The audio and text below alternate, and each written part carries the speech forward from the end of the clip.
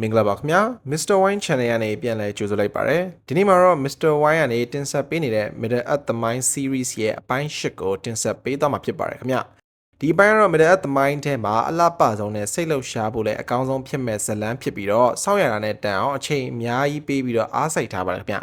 ဒီအပိုင်းကကျွန်တော်တင်ဆက်ပေးဖို့သမျှအပိုင်းတွေထဲမှာအရှိဆုံးနဲ့အကောင်းဆုံးအပိုင်းတစ်ခုဖြစ်လာမှာမို့လို့လုံးဝ relax ဖြစ်ပြီးတော့ကိုယ်ပိုင်အားလက်တဲ့အချိန်မှာ AC ကြည့်ဖို့တော့အကြံပေးကြပါတယ်ခင်ဗျာကဲ intro ဝင်တာလည်းနည်းနည်းများသွားပြီဆိုတော့အရင်အပိုင်း9ကိုအချင်းချင်းပြန်နှွေးပြီးတော့ဒီနေ့အပိုင်း10ကိုစကြတာပေါ့အရင်အပိုင်း9မှာတော့ Morgoth ဘက်ကနေအင်အားအမြောက်များသုံးပြီးတိုက်ခိုက်ခဲ့တဲ့ Dago Bragolet The Battle of Sudden Flames စစ်ပွဲကြီးကြောင့် Dorthonian ဒေသရဲ့ Sirions မြစ်ကြောင်းတစ်လျှောက်နဲ့ March of Mythros နယ်မြေတွေကကျဆုံးသွားခဲ့ရတယ်ဗျဆုံးရှုံးကလည်းအရန်များတာမို့လို့ပူဆွေးမှုတွေအမျက်ဒေါသတွေနဲ့ကိုအပြစ်တင်စိတ်တွေများသွားတဲ့ Noldor Elf တွေရဲ့ဘရင် Fingolfin က Morgoth နဲ့ထိတ်တိုက်တွေ့ပြီးတော့ Fingolfin ကတူးချင်းတိုက်ပွဲမှာတည်သွားပေမဲ့ Morgoth ကလည်းဒဏ်ရာတွေကြံခဲ့ပြီးတော့တစ်သက်လုံးထော့ကျိုးဖြစ်သွားတာပေါ့ဒီနေ့အပိုင်း8မှာတော့ကြာဆုံးသွားတဲ့နယ်မြေတွေမှာ Morgoth ရဲ့တပည့်ကြီးဖြစ်တဲ့ Sauron တယောက်ကိုပိုင်နယ်မြေတွေသိမ်းဖို့စီစဉ်တာကနေစလိုက်ကြရအောင်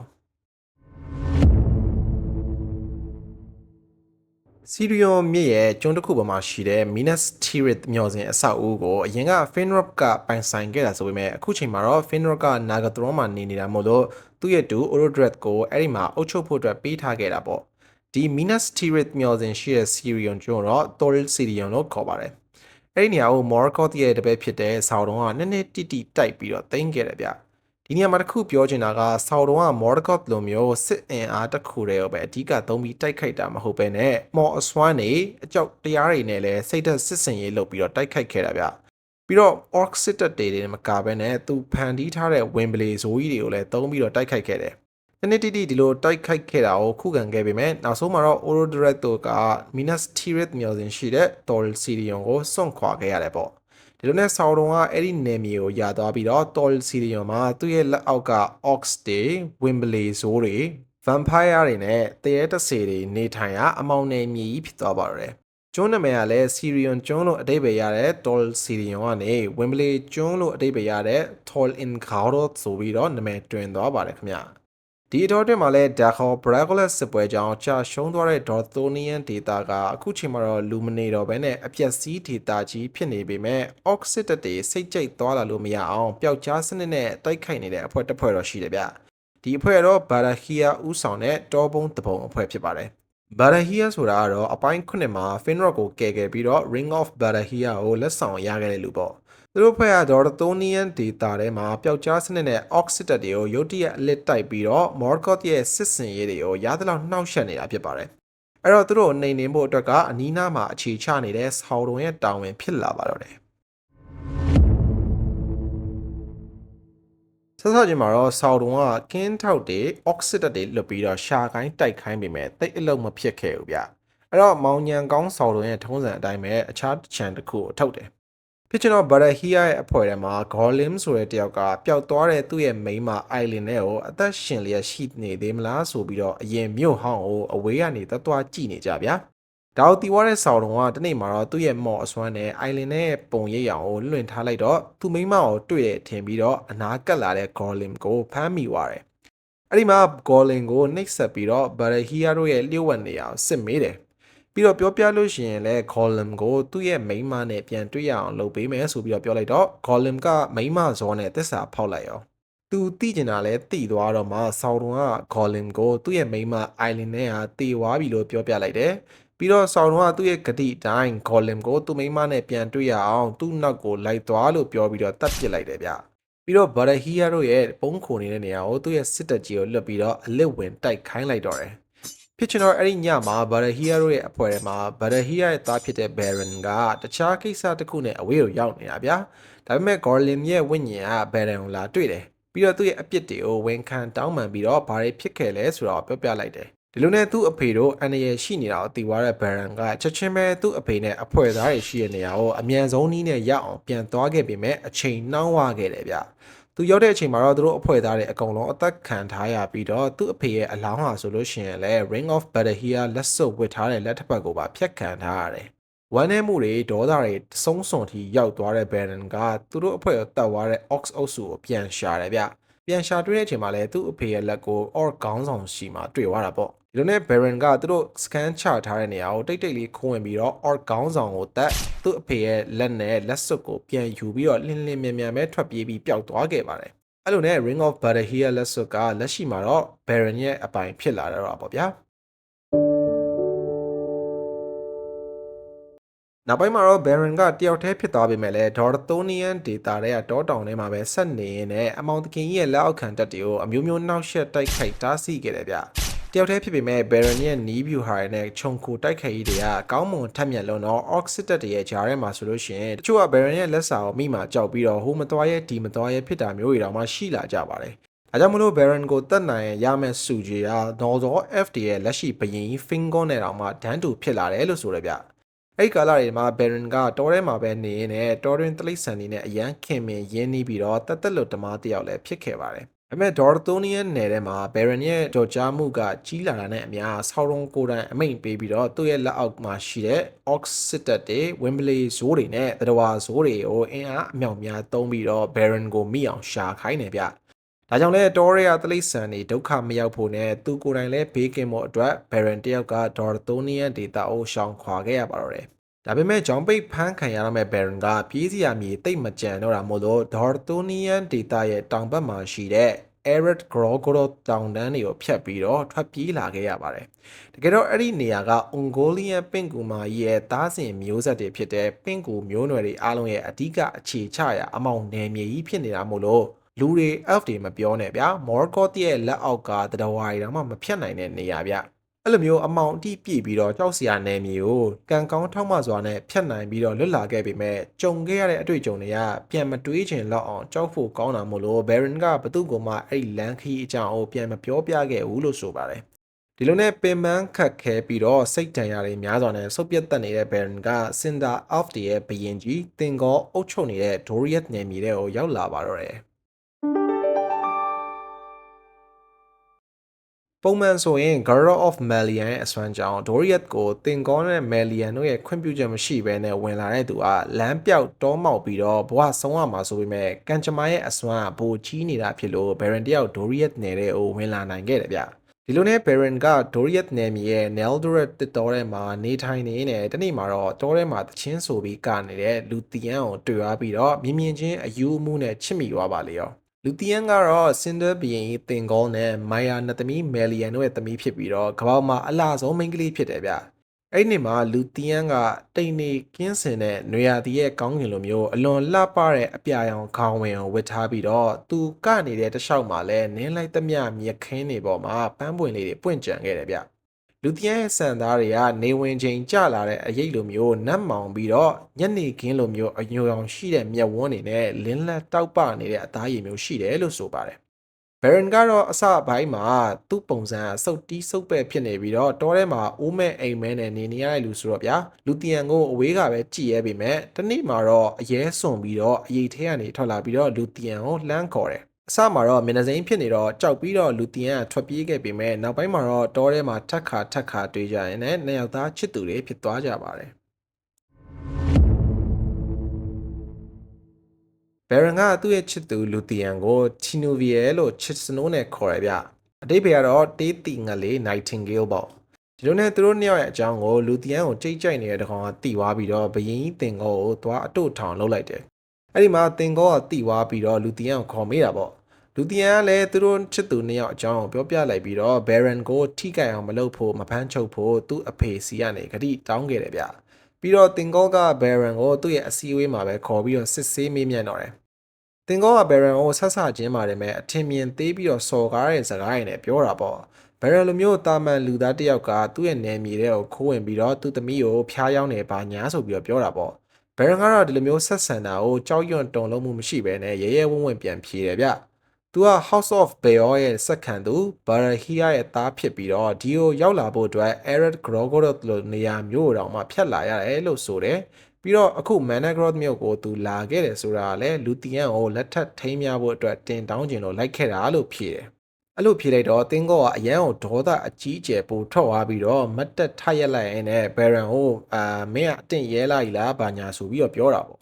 သူသမီးကိုသာသူကဂရိမပေးထားလို့ရှိရင်ဒီနေရာမှာတင်ဘယ်ရန်ကိုတက်ပစ်လိုက်တယ်ဆိုပြီးတော့လည်းချင်းချောက်တယ်တင်းကောရဲ့မိန်းမဖြစ်တဲ့မိုင်ယာနဲ့သမီးမယ်လီယန်ကတော့ဘယ်ရန်အတွက်ဖန်ဆင်းရှင်စီစဉ်ထားတဲ့ကန်ဂျမှာတင်းကောရဲ့မာနာထပ်ပို့ပြီးတော့အစွမ်းကြီးတာမို့လို့ဒေါသကိုထိန်းထားဖို့ပြောရဗျဒါပေမဲ့တင်းကောကတော့မာနာကိုမချနိုင်ပဲနဲ့ဘယ်ရန်ကိုတေးစေချင်တာမို့လို့သူ့ရဲ့ကဘာပေါ်မှာအဖိုးတန်ဆုံးသမီးနဲ့လက်ထပ်ချင်တယ်ဆိုလို့ရှိရင်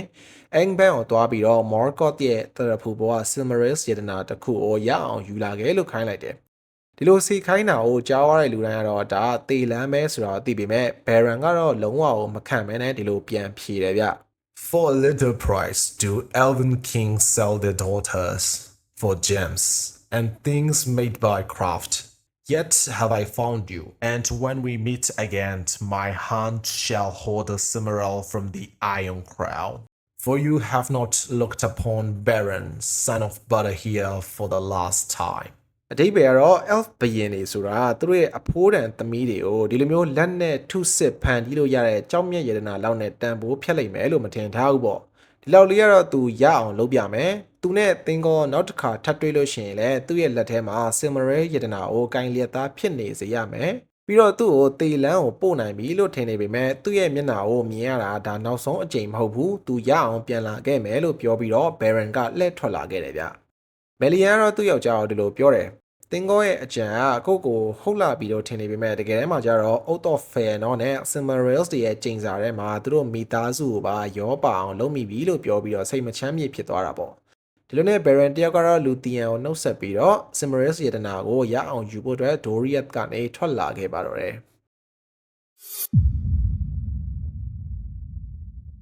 ်ပြီးတော့ Baron က Doriath ကနေ Nargothrond ကိုသွားပြီးတော့ Finrod နဲ့သွားတွေ့တယ်ဗျSilmarils ကိုယူဖို့ဆိုတာသူတယောက်တည်းနဲ့မဖြစ်နိုင်တော့ Ring of Battle here ကိုပြပြီးတော့ Finrod ကိုအကူအညီတောင်းတယ် Finrod ကလည်းလက်စွပ်ကိုမြင်တော့ချက်ချင်းမှတ်မိသွားပြီးတော့သူ့ရဲ့အသက်ကြွေးကိုပြန်ဆက်ဖို့အတွက် Battle here ရဲ့သားဖြစ်တဲ့ Baron ကိုကူညီဖို့ဆုံးဖြတ်လိုက်တယ်ဒါပေမဲ့ Dagor Bragolas စစ်ပွဲအပြီးမှာ Fëanor ရဲ့သားနှစ်ယောက်ဖြစ်တဲ့ Calagon နဲ့ Curufin တို့က Nargothrond မှာလာနေနေတာဗျဒီနှစ်ယောက်က Silmarils တွေနဲ့ပတ်သက်တဲ့အကြောင်းလည်းကြောင်း Calagon ကဒုတ်ပြဓာပြနဲ့ပြောရဗျာ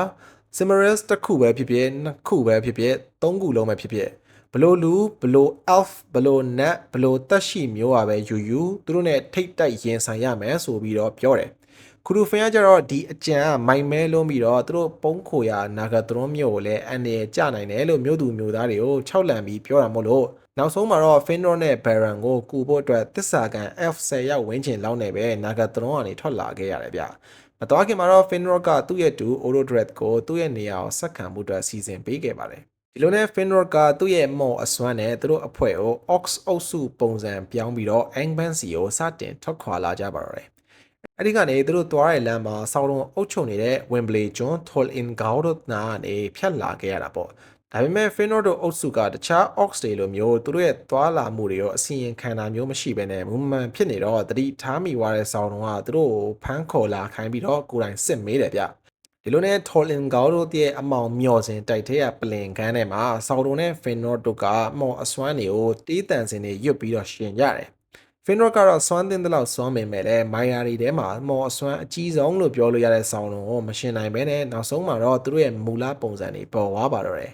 အဲကြောင့်မလို့ဆောင်းလုံးကသူတို့ကိုမြေအောက်အချင်းထောင်ထဲမှာဖမ်းထားပြီးတော့တယောက်ချင်းစီကိုနှိပ်စက်ပြီးတော့သူတို့ရဲ့အစီအစဉ်ကိုမေးတယ်ဒါပေမဲ့ဘသူမှတစ္ဆာဖောက်ပြီးဖြေတာမျိုးမလုပ်တဲ့အတွက်တယောက်ချင်းစီကိုတညစီဝင်ပလေစာလုပ်ပစ်တာနောက်ဆုံးမှာတော့ Finrod နဲ့ Baron နှစ်ယောက်ပဲကျန်ပါတော့တယ်ဒီလိုနဲ့ Baron ကိုတက်ဖို့လုပ်တဲ့အလှည့်မှာတော့ Finrod ကသူ့ရဲ့အသက်ကြွေးတင်နေတဲ့ Barahia ရဲ့မျိုးဆက်တစ်ယောက်ကိုသူ့ရဲ့မျက်စိရှေ့မှာတေသွားတာမျိုးမဖြစ်စေချင်လို့ဒဏ်ရာတွေနဲ့ဖြစ်နေပေမဲ့လည်းချုပ်ထားတာကနေရအောင်ထွက်ပြီးတော့ Wembley ကြီးကိုလက်ဗလာနဲ့အသေးအတန်ပြန်တိုက်ခိုက်တယ်ဗျနောက်ဆုံးမှာတော့ Wembley ကိုတတ်နိုင်ခဲ့ပေမဲ့ Finrod ကလည်းတေလောက်တဲ့ဒဏ်ရာတွေရပြီးတော့အဲ့ဒီမြေအောက်အချင်းထောင်ထဲမှာပဲအသက်ဆုံးရှုံးသွားခဲ့ရပါတော့တယ်ဒီလိုမျိုး Baron တယောက်ဖမ်းခံထားရတဲ့အချိန်မှာ Menegroth မှာရှိတဲ့လူတီယန်ကစိတ်သက်သာရာမရဘဲနဲ့တခုခုကြောင့်စိတ်လေးလံနေတယ်လို့မျိုးဖြစ်နေတာပေါ့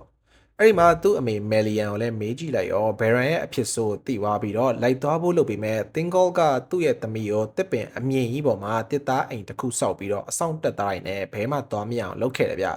ါပေမဲ့သူ့အမေစီကနေပညာရေးမော်အစွမ်းနေတက်ထားတဲ့မလူတီယန်ကသူ့ရဲ့သပင်ကိုရှေ့အောင်အစွမ်းနဲ့လှုပ် အိမ်မွေချနိုင်တဲ့တချင်းကိုဆိုပြီးတော့သူ့ရဲ့စံသားနဲ့ဝိယုံတစ်ခုရဲ့ကျိုးရှည်တစ်ချောင်းရဲ့ကိုဖန်တီးပြီးတော့အမြတ်နဲ့ဆင်းလာနိုင်ခဲ့တယ်။ပြီးတော့ဝိယုံချုံကိုရောင်ဖျောက်ပြီးတော့ဒိုရီယက်နယ်မြေတွေကနေခိုးထွက်လာနိုင်ခဲ့ပါတယ်။ဖြစ်ချင်တော့ဒိုရီယက်ကနေထွက်လာတဲ့သူကိုအဲ့ဒီအနားမှာအမဲလိုက်ထွက်နေတဲ့ခလဂွန်နဲ့ခူရိုဖင်တို့ရဲ့ခွေဟူဝမ်ကရှာတွေ့သွားတယ်ဗျ။ဟူဝမ်ကရိုးရိုးခွေးမဟုတ်ဘဲနဲ့ဗလနော်နတ်နယ်မြေမှာမွေးပြီးတော့အမဲလိုက်နတ်ဖျားဗာလာနတ်ကြီးအိုရိုမဲခွေးဖြစ်ခဲ့တာဗျ။အခုချိန်မှာတော့သူ့ရဲ့သခင်ကခလဂွန်ပေါ့ဗလနော်ကနေနော်ဒေါ် FD မထွက်လာခင်မှာဟူဝမ်ကိုနမိတ်နှစ်ခုပေးခဲ့တယ်ဗျ။တစ်ခုကတော့ဟူဝမ်ကသူ့ရဲ့တက်တန်းတစ်လျှောက်လုံးမှာစကား၃ခါပြောမယ်။နောက်တစ်ခုကကျတော့ဟူဝမ်ကကဘာပေါ်မှာရှိတဲ့အကြီးမားဆုံးဝင်ပလေဇိုးကြီးနဲ့တိုက်ခိုက်ပြီးတော့အသက်ဆုံးရှုံးရမယ်ဆိုတဲ့နမိတ်နှစ်ခုပေါ့။ဒီလိုမျိုးအစွမ်းအရန်ထက်တဲ့ဗလနော်ခွေးဟူဝမ်ကမော်အစွမ်းနဲ့ကိုရောင်ဖျောက်ထားတဲ့လူတီယန်ကိုရှာတွေ့ပြီးတော့ခလကွန်ကမြင်မြင်ချင်းကြိုက်သွားအောင်ပြီးတော့လူတီယန်ကိုကူညီမယ်လို့ပြောပြီးတော့သူတို့နဲ့အတူခေါ်သွားပေမဲ့တကယ်တမ်းကျတော့ဘယ်ရန်စီမပို့ဘဲနဲ့နာဂိုတရွန်ပဲခေါ်လာပြီးတော့လူတီယန်ကိုပိတ်ထားတာပေါ့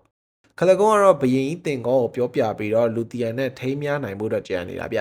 ျလူတီယန်ကတော့ပိတ်ခံထားတဲ့အခန်းထဲမှာငိုကြွေးပူဆွေးနေတော့တာပေါ့ဗျာဒါကိုတကားပေါက်ဝမှာစောင့်ကြက်နေရတဲ့ဟူဝမ်ကလူတီယန်ကိုတနာယုံနေမကပဲနဲ့ချစ်လဲချစ်သွားတဲ့အပြင်သူ့ရဲ့သခင်ရဲ့ရုံမာမှုကြောင့်လည်းရှက်နေတာပေါ့ဒါကြောင့်လူတီယန်ကိုအခန်းထဲဝင်တွေ့ပြီးတော့ပထမဆုံးအကြိမ်ဖြစ်ဟူဝမ်ကစကားပြောတယ်အဲ့ဒီမှာဟူဝမ်ကလူတီယန်ကိုစိတ်မပူဘူးရဲ့သူ့သခင်ကမကောင်းပေမဲ့သူကတော့လူတီယန်ကိုကူညီမယ်ဆိုပြီးတော့ပြောပြီးတော့ပိတ်ခံထားရကနေခေါ်လာရင်းနဲ့သူတို့နှစ်ယောက်တူတူတဟော်လင်ဂေါရတ်ကိုတဟုန်တိုးသွားလိုက်တာမျောစင်ရှိကိုရောက်လာပါတော့တယ်လူတီယန်ရောက်လာလဲတီရောဆောက်တုံးကသူ့ရဲ့ဝင်ပလူတွေတစ်ခေါင်ပြီးတစ်ခေါင်လွတ်ပြီးတော့လူတီယန်ကိုဖမ်းလာခိုင်းနေဗျဒါပေမဲ့တကောင်းမှပြန်မရောက်လာဘူးနောက်ဆုံးမှာတော့ဆောက်တုံးကသူ့ရဲ့လက်အောက်ခံဝင်ပလူတွေထဲမှာအကြီးမားဆုံးနဲ့အတန်မာဆုံးဖြစ်တဲ့ဝင်ပလူခေါင်းဆောင်ကြီးတရောက်ကလင်ကိုလွတ်လိုက်တယ်အဲ့ဒီမှာဟူဝမ်နဲ့တရောက်ကလင်တို့အသေးအကြီးတိုက်ခိုက်ကြပြီးတော့နောက်ဆုံးမှာတော့ဟူဝမ်ကပဲနိုင်သွားတာမို့လို့တရောက်ကလင်ကတိတ်လူဆဲဆဲနဲ့မျောစင်တဲ့ကိုပြန်ပြေးသွားတော့တယ်ဗျအထဲလေးရောက်ကောဆောက်လုံးရဲ့ရှေ့မှာလဲကျသွားပြီးတော့ဟူဝမ်ရောက်လာတော့အတိပေးနဲ့တည်သွားတယ်။အဲ့ဒီမှာအခြေအနေကိုသဘောပေါက်သွားတဲ့ဆောက်လုံးကဟူဝမ်ရဲ့နမိတ်ကိုတည်နေလို့ကဘာပေါ်မှာမြင်ဘူးသမျှရှိဘူးသမျှထဲမှာအကြီးမားဆုံးကြောက်စရာအကောင်းဆုံးဝင်ပလီနတ်ကြီးပုံစံဖမ်းပြီးတော့ညှော်စင်တွေကနေထွက်လာတယ်။သူ့ရဲ့အသွင်ပြင်နဲ့အစွမ်းအရန်ကိုကြီးမားပြီးတော့ကြောက်ဖို့ကောင်းတာမို့လို့ဟူဝမ်ကိုယ်တိုင်တောင်မှဒက်ရင်မဆိုင်နိုင်ရဲခဲ့ဘူးဗျ။ဒါပေမဲ့လူတီယန်ကသူ့ရဲ့ဝိယုံနဲ့ဆောင်းလုံးရဲ့မျက်နှာကိုပစ်ပြီးတော့အုပ်လိုက်တော့တာမန်ဆိုလို့ရှိရင်တန်းအိပ်ပျော်သွားမှာဆိုပေမဲ့ဆောင်းလုံးကတော့အနှဲငယ်လောက်ပဲမူးဝေသွားတာပေါ့ဗျာဒါပေမဲ့လည်းဒီလိုအခွင့်အရေးရသွားတဲ့အချိန်မှာဟူဝမ်ကခုံအုပ်ပြီးတော့ဆောင်းလုံးရဲ့လဲမျိုးကိုကြိုက်ခဲထားလိုက်နိုင်တယ်အဲ့ဒီမှာဆောင်းလုံးကဟူဝမ်ခဲထားတာကနေလွတ်အောင်တခြားသတ္တဝါတွေရဲ့အသွင်အပြင်မျိုးစုံပြောင်းပြီးမဲ့လုံးဝမလွတ်ခဲ့ဘူးဗျနောက်ဆုံးမှာတော့မော်အစွမ်းထက်လာတဲ့ဆော်ရုံကသူ့ရဲ့အရှုံးကိုလက်ခံလိုက်ရတဲ့အပြင်သူ့အပိုင်နယ်မြေကိုပါစွန့်ခွာဖို့ကတိပေးခဲ့ရတယ်ဗျဒီလိုနဲ့ဆော်ရုံကသွေးဆုပ်ဖုတ်ကောင်လင်းတို့ကြီးပုံစံပြောင်းပြီးတော့ထော်လင်ခေါ်လို့ကနေထွက်ပြေးသွားပါတော့တယ်ဒါလည်းပြီးသွားရောလူတီယန်ကမြေအောက်အချုပ်ခန်းထဲဝင်ပြီးတော့ဘယ်ရန်ကိုလိုက်ရှာတယ်ဗျအဲ့ဒီမှာဘယ်ရန်ကတော့သူ့ရဲ့မိတ်ဆွေဖင်ရော့ရဲ့အလောင်းဘေးမှာပဲရှိနေပြီးတော့ပူဆွေးနေခဲ့တာပေါ့ပြီးတော့ချစ်သူနှစ်ယောက်ပြန်ဆုံကြပြီးတော့ဖတ်ငိုကြတယ်နောက်ဆုံးမှာတော့သူတို့က Finrock ကိုအဲ့ဒီကျွန်းမှာပဲတေချာမြုပ်နှံပေးခဲ့ပြီးတော့အမောင်တွေဖုံးရာကနေပြန်လဲဆိုပြေးလာတဲ့ Tolsirion ကနေပြန်ထွက်လာနိုင်ခဲ့ပါတော့တယ်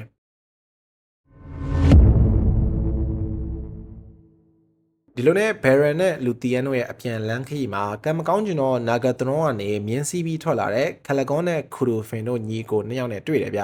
အဲ့မှာ Calagon က Baron ကိုမြင်းနဲ့တိုက်တက်ဖို့လုပ်ပေမဲ့ Baron ကရှောင်လိုက်နိုင်တယ်ခူရူဖင်ကတော့လူတီယန်ကိုမြင်းပေါ်ဆွဲတင်ပြီးတော့ပြေးဖို့လုပ်တယ်ဗျဒါပေမဲ့ဘယ်ရန်ကအလွတ်မပေးဘဲနဲ့ခူရူဖင်ကိုအနောက်ကနေလမ်းဆွဲလိုက်တာမြင်းပေါ်ကနေနှစ်ယောက်လုံးပြုတ်ကျပါလေရော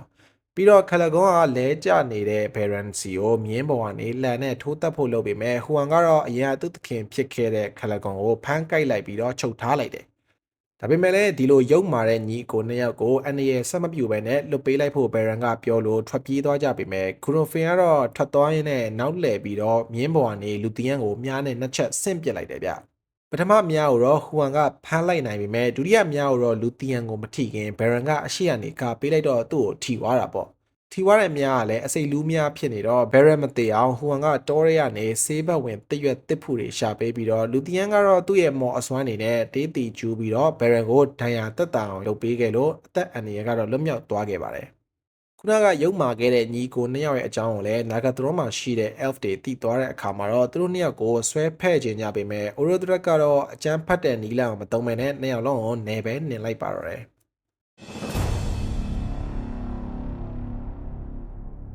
ဒီလိုနဲ့ရက်အနှဲငယ်ကြာပြီးတဲ့အချိန်မှာတော့လုံးဝပြန်တက်တာသွားတဲ့ Baron ရဲ့စိတ်ထဲမှာမတင်မကျဖြစ်နေခဲ့တယ်ဗျ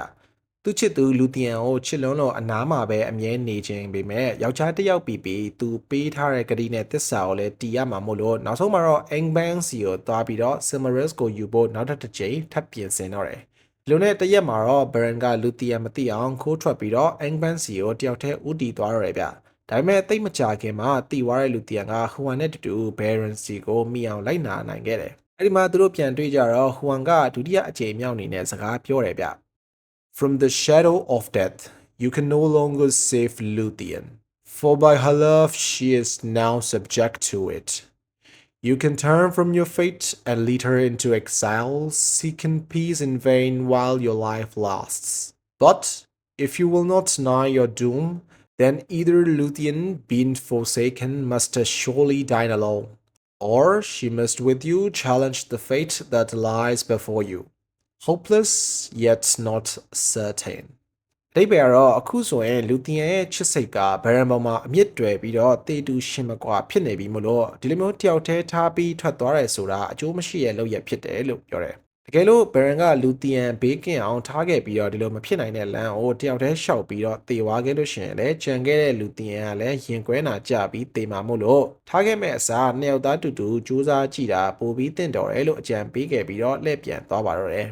ဒီလိုနဲ့ Baron နဲ့ Luthien တို့နှစ်ယောက်ကမော်အစွမ်းသုံးပြီးတော့ဝင်ဘလီနဲ့သွေးဆုပ်ဖုတ်ကောင်လင်းတို့ပုံစံအသွင်ယူရင်းနဲ့ Angbang စီကိုနှစ်ယောက်သားခြေဦးတဲ့ထွက်လာကြပါတော့တယ်ဒီလိုမျိုးရုပ်ပြောင်းရုပ်လွဲနေဆိုတော့ Unforglet မြေချမ်းကြီးထဲမှာရှိတဲ့ Ox Skin ဆောက်တွေကိုတော့တတရရပဲကြော်ဖြတ်လာနိုင်ခဲ့တယ်ဗျဒါပေမဲ့ကန်ဆိုးကျင်တော့တန်ဂေါရသင်းတောင်ကြီးမှာရှိတဲ့ Angbang ရဲ့ခံတက်အဝင်ပေါက်ရမှာစောင့်နေတဲ့တတဝါဆိုကြီးကတော့သူတို့တစ်ခါမှမမြင်ဘူးတဲ့တတဝါအစ်စ်ကြီးဖြစ်နေတယ်ဗျဖြစ်ချင်တော့ Morgoth က Tholin Gauroth မှာစောက်တွန်ရှုံးသွားပြီးတော့ Wembley Draugluin တေသွားပြီဆိုတာကိုလည်းသိထားတော့ဟူဝမ်ကိုရှင်နိုင်မဲ့ Wembley ဆိုကြီးကိုထပ်ဖန်တီးကြတာဗျပြီးတော့သူ့ရဲ့အစွမ်းတွေကိုပါထည့်ထားတာမို့လို့ဒီအနီရောင် Wembley ကြီးဟာကမ္ဘာပေါ်မှာရှိဘူးသမျှမိစ္ဆာ Wembley တွေထဲမှာကြောက်စရာအကောင်းဆုံးနဲ့အတန်မာဆုံးဖြစ်နေတာပေါ့သူ့ရဲ့နာမည်ကတော့ Carcharoth လို့ခေါ်ရဗျCarcharoth ရဲ့ရှေ့ကိုလည်းရောက်တော့ဒီ Wembley ကတခြားကောင်တွေလိုမဟုတ်ဘဲနဲ့ Baron နဲ့ Luthien တို့ရဲ့ရုပ်ပြောင်းရုပ်လွဲလုပ်ထားတာကိုမတင်ကားဖြစ်ပြီးတော့တိုက်ခိုက်ဖို့လုပ်ပေမဲ့ Luthien ကသူ့ရဲ့အစွမ်းနဲ့ဒီ Wembley ဆိုကြီးကိုအိမ်မွေချနိုင်ခဲ့ပါတယ်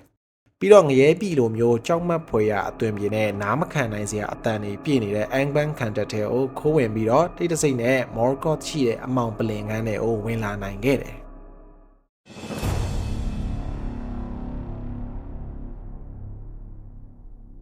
အဲ့ဒီအခန်းကတော့ကမ္ဘာပေါ်မှာရှိသမျှနေရာတွေထဲမှာကြောက်စရာအကောင်းဆုံးနေရာလို့ပြောလို့ရတဲ့အထိကိုအခန်းရဲ့အစွန်ကပလင်မှာထိုင်နေတဲ့အမောင်သခင်ကြီးနဲ့အခန်းထဲမှာပတ်သွားနေတဲ့ Barracks တွေတတဝါဆိုးတွေနဲ့အပြည့်ဖြစ်နေတာပေါ့ဗျာBaron နဲ့ Luthien ကိုလည်း Morgoth ကသူ့ရဲ့အကြည့်တစ်ချက်နဲ့တင်ရုပ်ပြောင်းရုပ်လွဲလှုပ်ထားတာတွေကိုအစွမ်းပြေအောင်လှုပ်လိုက်နိုင်လို့ Luthien ရဲ့အလောက်မြင်သွားပြီးတော့ Morgoth ကြီးကနှာဘူးထားသွားတာပေါ့အဲ့ဒီအချိန်မှာအမောင်သခင်ကြီးရဲ့ကိုရောင်ကိုဝါအလွန်ထိတ်လန့်စရာကောင်းတာမို့လို့ Baron တယောက်ကတော့ကြက်တီတီတလိုမျိုးမလုံနိုင်ပဲဖြစ်သွားပေမဲ့ Luthien ကတော့ Maya နဲ့ Elf တရဲ့သွေးတဝက်စီပါတဲ့ main ကလေးဖြစ်တာမို့လို့ Morgoth ကိုကြောက်တဲ့စိတ်ကိုပြန်တွန်းလှန်ပြီးတော့အမောင်သခင်ကြီးရှေ့ကိုလာပြီးတော့တချင်းဆိုရင်ကပြရတယ်ဗျLuthien ရဲ့တေးသွားနဲ့သူ့ရဲ့အတန်ဟာစัจ java လာကြီးတစ်ခုလုံးဝေဝါးမှောင်ကျသွားနိုင်လောက်တဲ့အထိကိုငိမ့်ညောင်းပျော်ပြောင်းပြီးတော့လှပလွန်းယုံနေမကဘဲနဲ့သူ့ရဲ့အစွမ်းတွေအကုန်လုံးထုတ်သုံးလိုက်တာပလင်ခန်းထဲမှာရှိနေတဲ့သတ္တဝါဇိုးကြီးတွေ Balrogs တွေမကဘဲနဲ့ Morgoth ကြီးကိုယ်တိုင်မှာအိမ်မောကြပါအောင်လုပ်နိုင်ခဲ့တယ်ဗျ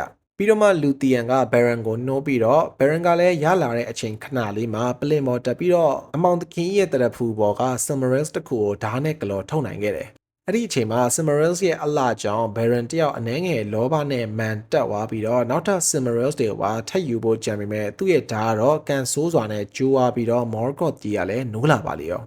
အဲ့ဒီအချိန်မှာတော့ Baron နဲ့ Luthien တို့နှစ်ယောက်သားက Morgoth ရဲ့အခန်းထဲကတတဝါတွေအပြည့်အဝမနိုးလာခင်မှာအသေးအတန်ထွက်ပြေးခဲ့ကြပါတယ်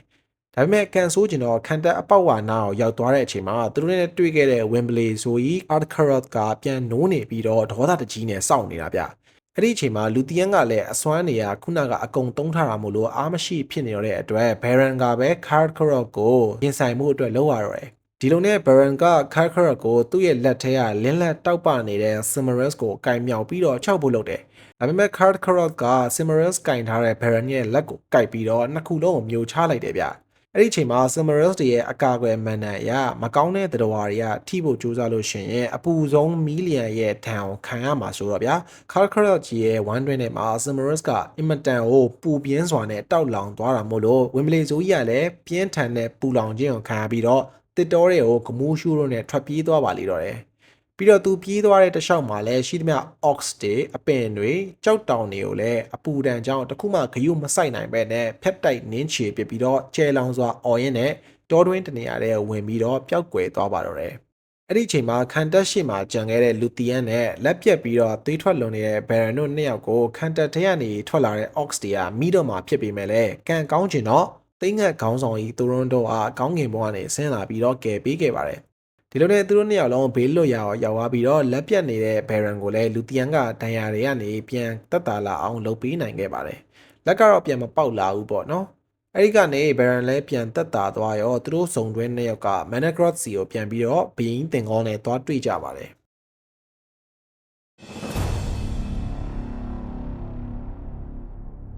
်အဲ့ဒီအချိန်မှာတင်းကော့က Baron ကိုသူမထွက်သွားခင်ကပြောခဲ့တဲ့စကားအတိုင်း Cimaris တွေကဘယ်မှာလဲလို့မေးတဲ့အချိန်မှာ Baron ကတော့ Cimaris ယတနာတစ်ခုဟာလက်ရှိမှာသူ့ရဲ့လက်ထဲမှာကင်ထားတယ်လို့ဖြေတော့တင်းကော့ကပြခိုင်းပေမဲ့ Baron ကသူ့ရဲ့ပြက်နေတဲ့လက်ကိုပြပြီးတော့အဖြစ်ပြက်အကုန်ကိုပြောပြလိုက်ပါတော့တယ်Baron ရဲ့စကားကိုကြားပြီးတဲ့အချိန်မှာဘယင်းတင်ကောက Baron ဘေးမှာရှိနေတဲ့သူသမီးလူတီယန်ရဲ့မျက်လုံးတွေကိုကြည့်လိုက်တော့ Baron နဲ့လူတီယန်တို့တအူးပေါ်တအူးထားတဲ့ချစ်ချင်းဟာဘလို့အရာမျိုးနဲ့မှတားဆီးလို့ရမှာမဟုတ်တဲ့အပြင်နှစ်ယောက်သားကအင်္ဂဘန်လိုနေရာမျိုးအထိကိုသွားပြီးတော့အမောင်သခင်ကြီးလက်ကနေတောင်လွတ်အောင်ပြန်လာနိုင်ခဲ့တာဆိုတော့သူ့ရဲ့စိတ်ကိုလျှော့ပြီးတော့ Baron နဲ့လူတီယန်တို့နှစ်ယောက်ကိုသဘောတူပေးလိုက်ပါတော့တယ်ဒါပေမဲ့ပျော်ရွှင်ငြိမ်းချမ်းမှုတွေကအကြာကြီးမခံလိုက်ပဲနဲ့တိတ်မကြတဲ့အချိန်အတော်အတွင်းမှာဂမူရှူတို့ပြေးလွှားနေတဲ့ Karkaroff ကြီးက Garter of Melian ကိုဖောက်ထွင်းပြီးတော့ Doriath နယ်မြေထဲမှာပြေးလွှားရင်းနဲ့ပျက်စီးခြင်းတွေကိုဖြစ်ပေါ်အောင်လုပ်နေတယ်ဆိုတဲ့သတင်းကိုရဝါပါလေရောအကြောင်းမလို့ဘယင်းတင်ကောကသူ့ရဲ့အတော်ဆုံး elf စစ်သည်တွေကိုခေါ်ပြီးတော့ Karkaroff ကိုနှိမ်နင်းမှုအတွက်သွားကြတယ်သူတို့နဲ့အတူ Baron နဲ့ Huan ကလည်းလိုက်သွားတာပေါ့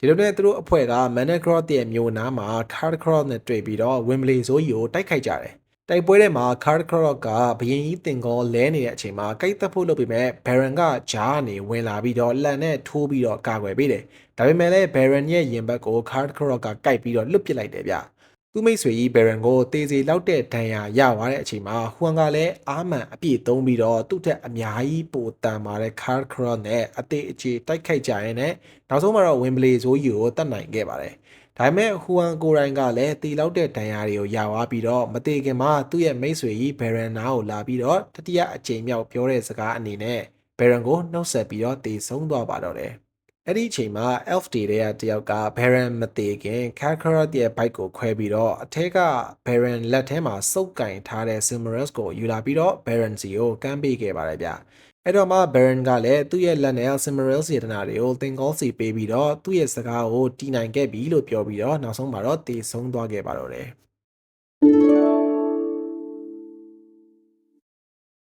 တည်သွားတဲ့ Baron ရဲ့အယုတ်အလောင်းကိုတော့ Managroth စီကိုပြန်ယူလာခဲ့ပါတယ်။အဲ့ဒီအချိန်မှာလူတီယန်ကသူ့ခင်ပွန်းရဲ့မျက်နှာကိုနောက်ဆုံးအချိန်ကြည့်ရင်းနဲ့အနမ်းတစ်ချက်ပေးပြီးတော့သူကိုယ်တိုင်လည်းရင်ကွဲနာကြရင်းနဲ့သူ့ဝိညာဉ်ခန္ဓာကိုယ်ကိုစွန့်ခွာသွားတော့တယ်။ပြီးတော့တည်ဆုံးသွားတဲ့ဝိညာဉ်တွေအကုန်လာရတဲ့အနောက်အရက်က Hall of Mandos စီကိုလိုက်သွားတယ်ဗျ။အဲ့ဒီကိုလည်းရောက်တော့လူတီယန်က Vala နတ်ကြီး Mandos ရဲ့ရှေ့မှာဒူးထောက်ချပြီးတော့သူ့ရဲ့အဖြစ်တွေဝမ်းနည်းပူဆွေးမှုတွေနဲ့ Middle Earth ကလူသားတွေရဲ့ကံကြမ္မာတွေကိုတနာပွဲရာတေးတံကျူးပြီးတော့တီးဆိုပြရင်းနဲ့တနာခံတယ်ဗျ။အဲ့ဒီမှာ Vala နတ်ကြီးကိုယ်တိုင်တော်မှလူတီယန်ကိုတနာစိတ်ဝင်သွားတာပေါ့။ဒါပေမဲ့လူတီယန်ရဲ့ဆန္ဒကိုဖြည့်ပြီးဖို့အတွက်ဆိုလို့ရှိရင်သူကိုယ်တိုင်ဆုံးဖြတ်လို့မရတော့ Vala နတ်တရဲ့ခေါင်းဆောင်ဖြစ်တဲ့ Manwë ကိုတင်ပြတယ်။ Manwë ကတော့လူတီယန်ကိုရွေးချယ်စရာနှစ်ခုပေးတယ်ဗျ။ပထမတစ်ခုကတော့လူတီယန်ကို elf အနေနဲ့ပြန်လည်မွေးဖွားခွင့်ပေးပြီးတော့ Valinor မှာနေခွင့်ပေးမယ်။အဲ့လန်အောင်ရွေးလိုက်လို့ရှိရင်သူ့ရဲ့ရင်ထဲကပူဆွေးမှုတွေအားလုံးလည်းပြေပြောက်သွားပြီးတော့အေးအေးချမ်းချမ်းနဲ့ဖြတ်တန်းနိုင်မယ်ပေါ့။ဒါပေမဲ့ Baron ကတော့ပြန်အသက်မရှင်ဘူး။ဒုတိယတစ်ခုကတော့လူတီယန်က elf အဖြစ်ကိုဆွန့်လွတ်ပြီးတော့လူသားအဖြစ်နဲ့ပဲပြန်အသက်ရှင်ရမယ်။ Baron ကလည်းအသက်ပြန်ရှင်ပါဆိုပေမဲ့လူသက်တမ်းတူတူလေးမှာပဲနှစ်ယောက်သားနေရမယ်။အိုမယ်။နာမယ်။အချိန်တစ်ခုရောက်လာလို့ရှိရင်တေကြမယ်။အဲ့လိုလမ်းမျိုးပေါ့။လူတီယန်ကတော့ဘာမှစဉ်းစားမနေပဲနဲ့ဒုတိယလမ်းကိုပဲတန်းရွေးလိုက်တော့ Managroth နန်းတွင်းထဲမှာသူတို့နှစ်ယောက်သားလူသားအဖြစ်နဲ့တရားကနေပြန်ပြီးတော့နိုးထလာကြပါတယ်။လူတီယန်ကလည်းသူ့ရဲ့အရိုက်ရာနဲ့ခုံပုတ်တွေကိုဆွန့်လွတ်ပြီးတော့ Baron နဲ့တူတူနှစ်ယောက်သားအရှိအရက်က Osirius ဒေတာထဲမှာရှိတဲ့ Kalan ကျွန်းပေါ်မှာပဲနှစ်ယောက်သားတူတူတည်တဲ့အထိပျော်ပျော်ရွှင်ရွှင်နဲ့နေထိုင်ပေါင်းသင်းသွားကြပါတော့တယ်။သူတို့ရဲ့သားစဉ်မြေးမြစ်တွေကလည်းနောက်ပိုင်းမှာအရေးပါတဲ့အခန်းကဏ္ဍမှာပါဝင်လာမှာပေါ့နော်။ Baron နဲ့ Luthien တို့နှစ်ယောက်ရဲ့အချစ်ဇလန်းဟာအင်မတန်ကိုလှပပြီးတော့ရသမြောက်လွန်းတာမို့လို့စာရေးဆရာကြီး Tolkien ကိုယ်တိုင်ကသူနဲ့သူ့မိန်းမရဲ့အုပ်ကူပေါ်မှာ Baron နဲ့ Luthien တို့ရဲ့နာမည်ကိုထွင်းထားဖို့ပြောခဲ့တဲ့အထိကိုဖြစ်ခဲ့တယ်ဗျ။ Baron နဲ့ Luthien တို့နှစ်ယောက်ကလည်းကမ္ဘာပေါ်မှာပထမဆုံးလူသားနဲ့ elf နှစ်ယောက်ကြားကအချစ်ပုံမြင်ဖြစ်ခဲ့ပြီးတော့ချစ်ချင်းမြတ်တာရဲ့အစွမ်းကြောင့်လုံးဝမဖြစ်နိုင်တဲ့အရာတွေကိုလုပ်ပြနိုင်ခဲ့တာပေါ့။ဒါကြောင့်မို့လို့ Silmarils ကို Angband Canter ထဲထိသွားပြီးတော့ယူနိုင်ခဲ့တဲ့အဖြစ်တွေကိုသိသွားတဲ့ Fëanor ရဲ့သားတွေကလည်း Morgoth ကိုအရင်ကထင်ထားသလိုမျိုးလုံးဝပြန်တော်လှန်မှုမဖြစ်နိုင်ဘူးလို့မသတ်မှတ်တော့ဘဲနဲ့ Elf တွေလူသားတွေနဲ့ Dwarf တွေစုပေါင်းထားတဲ့ Union of Maedhros ဆိုတဲ့အဖွဲ့ကိုဖွဲ့လိုက်ပါတော့တယ်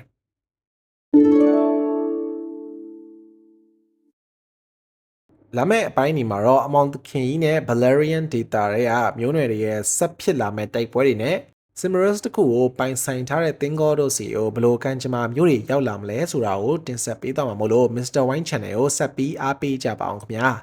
အဆုံးထိကြည့်ပေးရတဲ့အတွက်လည်းကျေးဇူးအများကြီးတင်ပါတယ်နော်